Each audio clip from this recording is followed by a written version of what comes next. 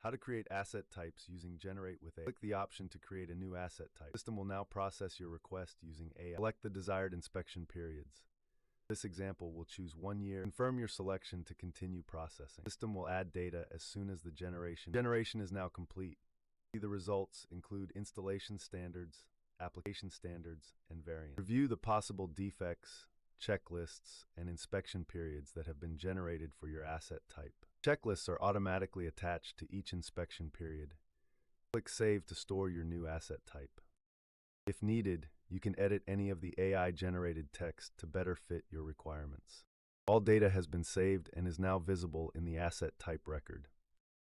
Review the generated checklists for each inspection period to ensure they meet your needs.